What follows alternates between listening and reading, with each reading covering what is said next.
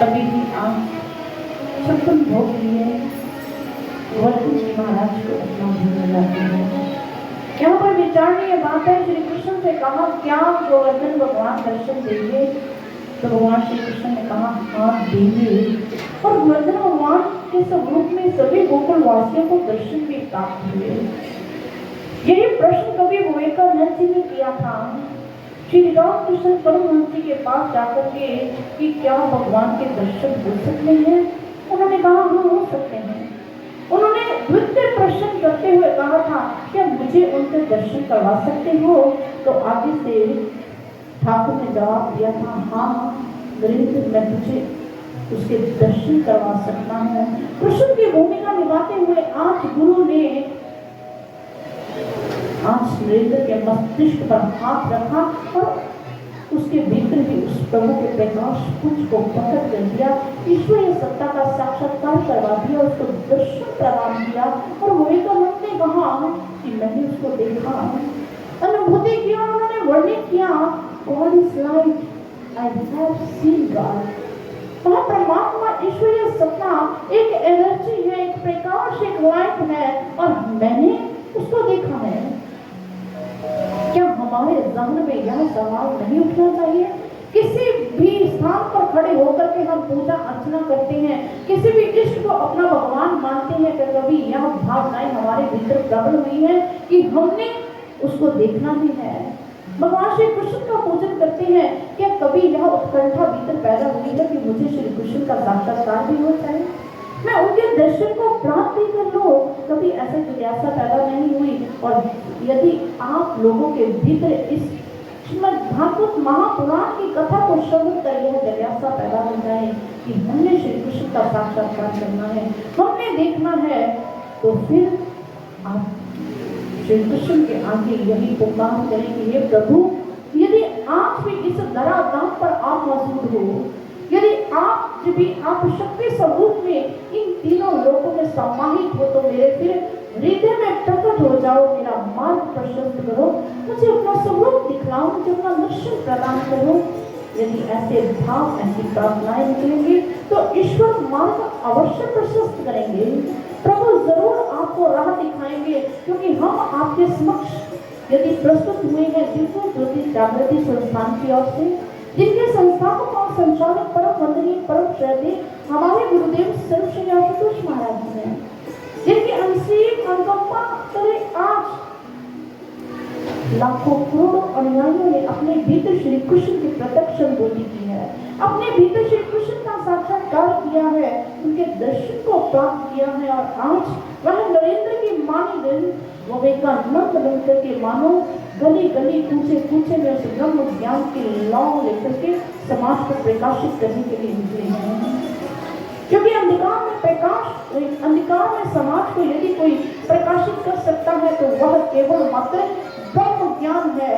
यदि आज पीड़ित समाज की पीड़ाओं को यदि कोई मुक्ति प्रदान कर सकता है तो वह पुराणों के आधार पर वही तत्व ज्ञान है, जिसके लिए आज हमें तत्व वेता ब्रह्मनिष्ठ की आवश्यकता है, ऐसे संत सद्गुरु की आवश्यकता है, जो ऐसा ब्रह्म ज्ञान प्रदान कर हमारे भीतर से उस ईश्वरीय सत्ता का साक्षात्कार करवा दे, हमें उस प्रभु की अनुभूति करवाए, हमें उसका अनुभव करवा दे कि ईश्वरीय सत्ता सामने योग्य है, उसका दर्शन प्राप्त करना है। और उसका दर्शन प्राप्त करना आज जो समाज में हम जो पहचान प्रसार सुन रहे हैं कि उसका दर्शन प्राप्त करना असंभव है, तो नहीं भक्तजनों, दर्शन प्राप्त करना असंभव नहीं, संभव है, पॉसिबल है। यदि इन पुराणों से हम मार्ग खोज ले, ऐसे ब्रह्मनिष्ठ गुरु की खोज कर ले, यदि आप खोज में निकलो तो फिर दिव्य ज्योति जागृति संस्थान का परिवार खटखटाओगे तो यहाँ पर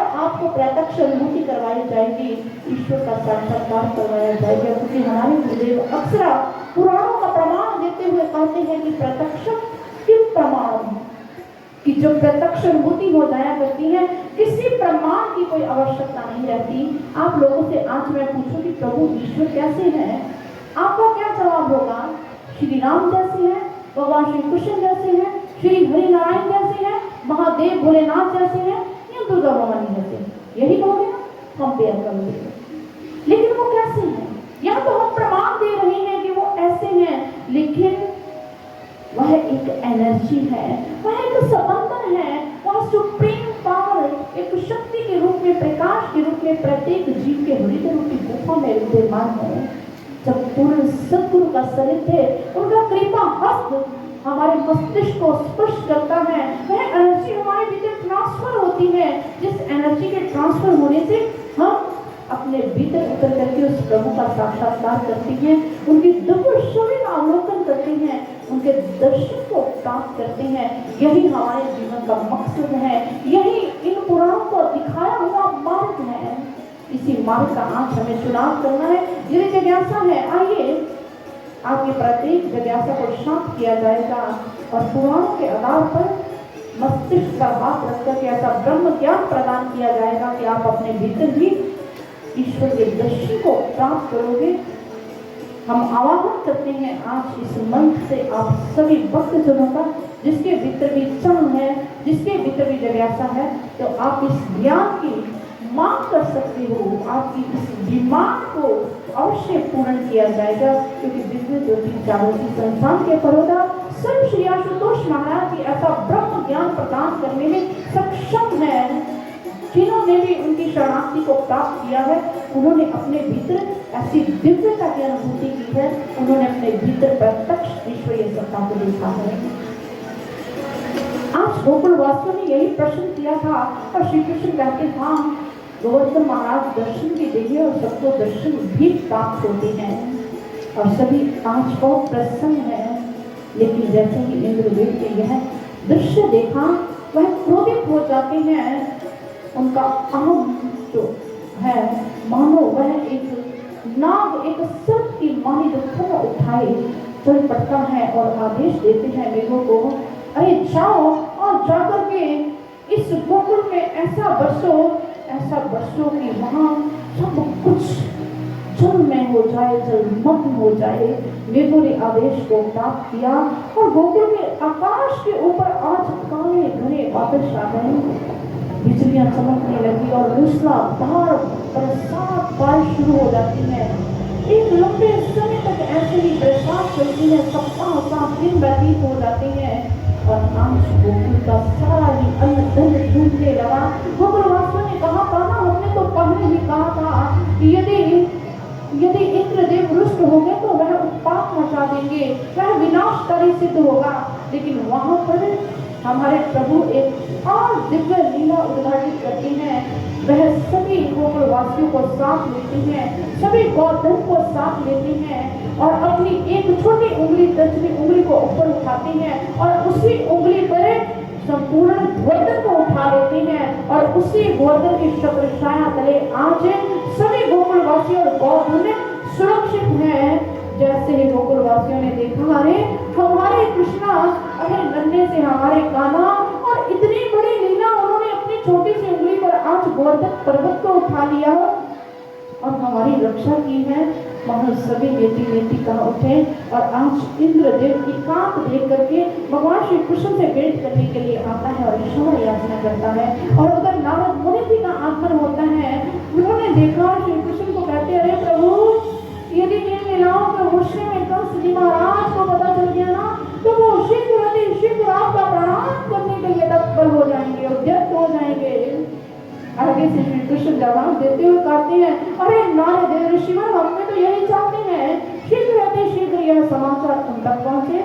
लेकिन यह समाचार कैसे उन तक पहुंचा और आगे कंस की कर्म क्रिया क्या थी, यह आज नहीं कल की अस्थायिका में श्रवण करेंगे, क्योंकि आज समय को मद्देनजर रखते हुए इस कथा प्रसंग को यहीं पर विराम देते हैं। तो आइए प्रभु के चरणों में नमन करते हुए एक जोरदार जयघोष करेंगे। सभी अपने अपने हाथ ऊपर उठा लीजिए।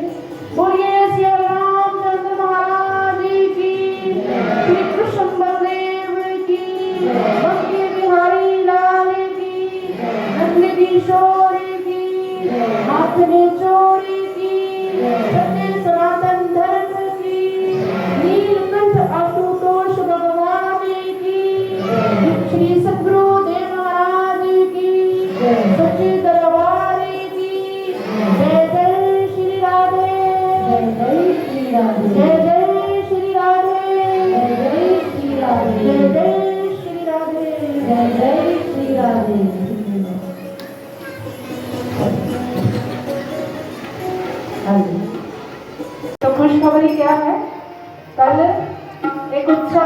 यहाँ पर एक उत्सव मनाया जाएगा और वो उत्सव क्या है? कल कान्हा जी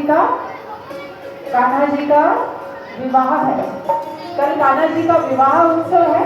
तो आपने सभी अपने सगे संबंधियों को लेकर आना है और आप कान्हा जी को यदि कोई उपहार देना चाहते हैं, कोई भेंट देना चाहते हैं तो वो भी आप लेकर आ सकते हैं। तो आइए अब प्रभु की पावन आरती की ओर बढ़ चलते हैं। आरती कुंज बिहारी की हरि कृष्ण मुरारी की, आरती कुंज बिहारी की हरि कृष्ण मुरारी की। गले में बैठ माला बजावे मोहिनी मधुर धारा, श्रवण में कुंडल झलकारा, नंद के आनंद नगलारा, नंद के आनंद और ब्रह्मानंद परमानंद, राधिका रमण बिहारी की हरि कृष्ण मुरारी की। आरती कुंज बिहारी की हरि कृष्ण मुरारी की।